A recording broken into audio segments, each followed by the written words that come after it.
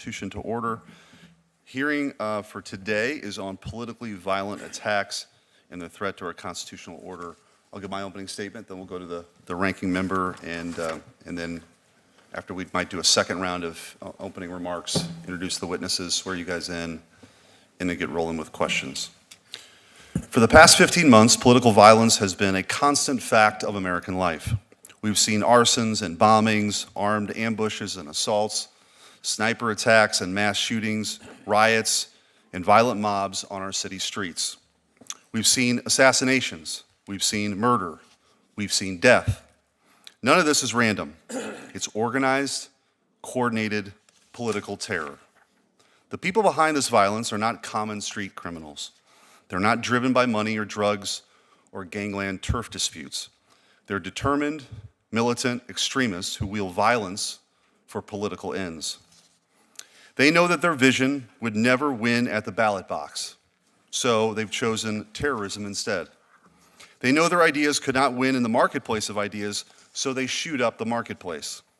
Last year, President Trump survived not one, but 2 assassination attempts. In Butler, Pennsylvania, he escaped a sniper's bullet by a centimeter in a split second. Only weeks later, in West Palm Beach, another would-be assassin camped out for 12 hours in the brush outside of Trump International Golf Club, armed with a loaded rifle, burner phones, a GoPro, hoping to finish the job. Less than 2 months later, a healthcare CEO was gunned down in cold blood on a New York street by a left-wing extremist who called his victim a parasite who had it coming. Within days, left-wing activists had made the murderer a folk hero. In California, they pushed a ballot measure named in his honor. A poll taken 10 days after the murder found that nearly half of very liberal Americans had a favorable view of the killer, whereas just 8% of very conservative Americans felt the same. Then came an all-out war on immigration and customs enforcement. Across the country, federal officers were hunted like prey. They were attacked, surrounded, ambushed, and shot at. Their facilities were firebombed. There were arrests for arson, for assault, for violent threats and doxing, but the violence continued to escalate. On July 4th, 11 members of an Antifa terror cell carried out a coordinated ambush on an ICE facility in Texas.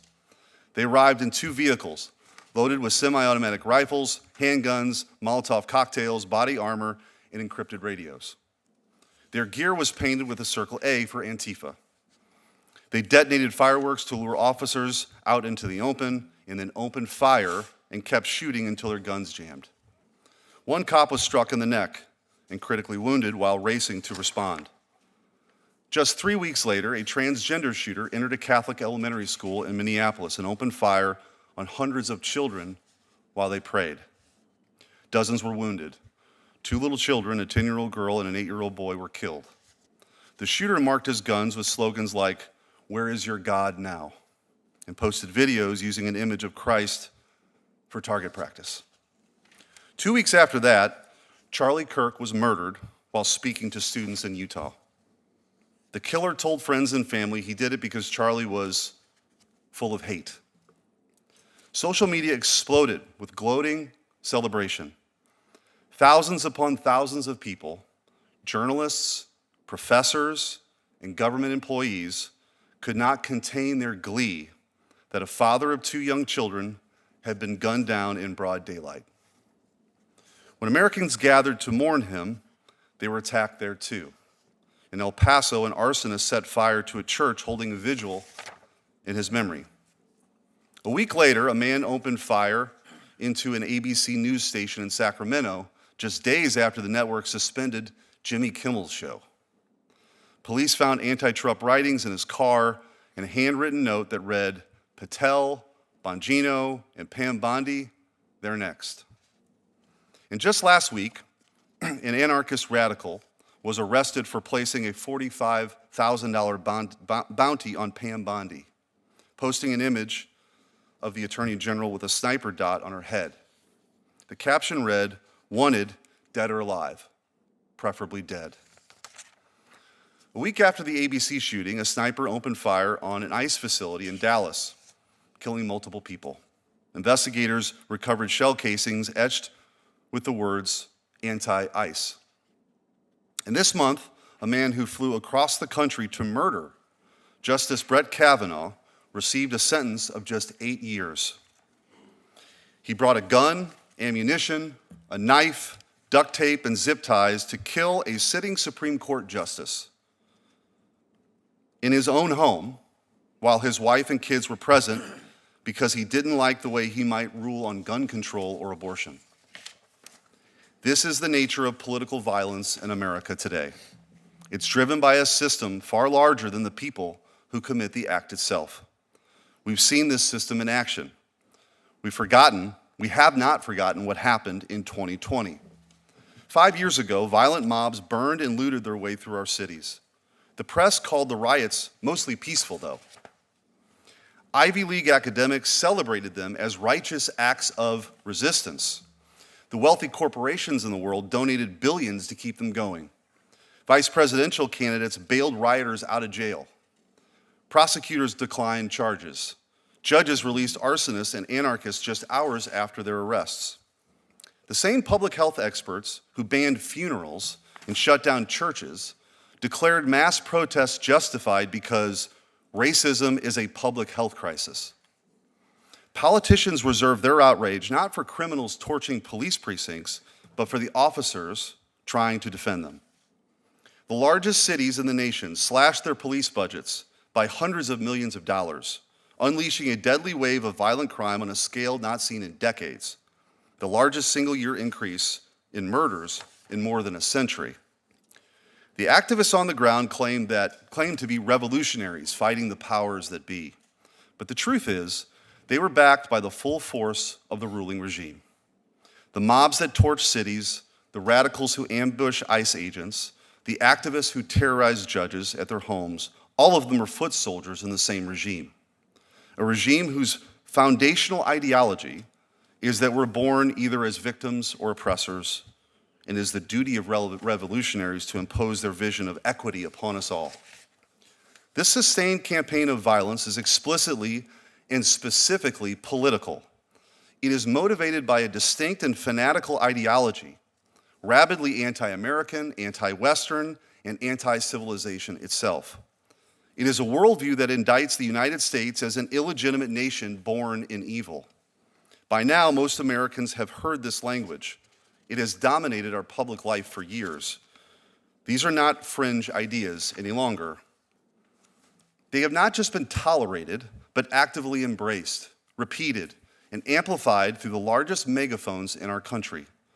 To my friends on the other side of the dais who may take offense with these categorizations, how often have we heard Democrats praise these radicals for their idealism? How many elected officials have called riots the language of the unheard? The violence stalking our streets today is a feature, not a bug. There is an evil but consistent logic to it. It's the natural and logical result of the ideology itself. If the violent elements' ideals were so praiseworthy, then the system which obstructs their fulfillment is to blame. And why work within a blameworthy system for praiseworthy ends? To these people and this movement, the only acceptable goal is the destruction of the system and its leaders. The central idea of every revolutionary project is that utopia must be achieved through any means necessary. If you truly believe that Charlie Kirk is an existential threat to your safety, and you've bought into the nonsense that words are violence, then silencing him by any means could seem necessary. If you believe that mass migration is an inalienable right, then opening the floodgates to uncontrolled immigration, tearing down the border and attacking those who defend it might look like justice to you. If you believe that America was conceived in murder and built on stolen land, then you feel no moral obligation to respect and obey its laws. If you truly believe the police are the armed enforcers of racist oppression who indiscriminately murder innocent victims in the streets, then you might see violence against an officer as an act of brave resistance. When Charlie Kirk was murdered, one of his killer's bullets was engraved with the message, "Hey fascist, catch." But who taught him that Charlie Kirk was a fascist? Who convinced him, I should say, that Charlie's hate made his murder a righteous act? Who told him over and over again that people who believe what Charlie Kirk believed are threats to our democracy? He didn't invent that worldview. He learned it, as did each and every one of the arsonists, assassins, and militants who came before him. Perhaps the people in power who said these things didn't really believe them, but clearly some of the people who listened to them did. And now they are taking those ideas to their final logical conclusion. Enough. We are faced with only two paths. Either we confront this political violence and end it, or it will end us. And I can think of no better person to introduce this topic than the late Charlie Kirk himself. I'm going to show a quick video before we go to the ranking member of him speaking on this precise subject, and I hope everyone would listen closely and heed his warning. Now on Thursday, more violence from the radical left, this time directed at Turning Point USA and their group on the campus of UC Davis. Here with more, Turning Point USA founder, CEO Charlie Kirk. It's interesting, we were texting, about a week ago, and I kept saying, you know, it takes a lot of courage for you and your group and these young kids to be setting up in these hostile environments on college campuses. And, you know, lo and behold, it's not the first time it's happened, but we'll show the video as you're speaking. Tell us everything that went on. Yeah, it's shocking stuff, and it's a pattern now. We're seeing this happening on more and more campuses. So at the University of California, Davis, our brave Turning Point USA chapter was set to host Brandon Tatum as a Prove Me Wrong event. Goes up, sets a table. Anyone can go and have free speech and dialogue if they disagree. Antifa showed up, full masked, black outfits. They came in, took our gear, destroyed our tables, basically made the students had to flee, and the police did nothing to intervene, nothing whatsoever. Our courageous students had such resolve and fortitude that after this incident happened, they regathered and tried to do the event still about an hour later, but it wasn't the same, of course. This is after one of our Turning Point USA students at University of Texas, Dallas, had a bike lock thrown at her and actually had to be hospitalized for this treatment. Sean, we are seeing a disturbing pattern from the radical left, and we have data to now support it. According to the National Contagion Research Institute, 48% of left-of-center respondents say that it's justified to murder Elon Musk. 53% say that it would be justified to murder President Donald Trump. There are ballot measures in California that are being measured by far-left activists that are being named, I should say, after Luigi Maggioni. We have to take a step back here and ask our question, what's really going on here? There's a deeper thing than just political disagreement. If you are on the front lines like our Turning Point USA students, you are potentially putting your safety, your well-being, and God forbid, your life in jeopardy for simply being a conservative on a college campus. Ranking Member Welch. Thank you very much.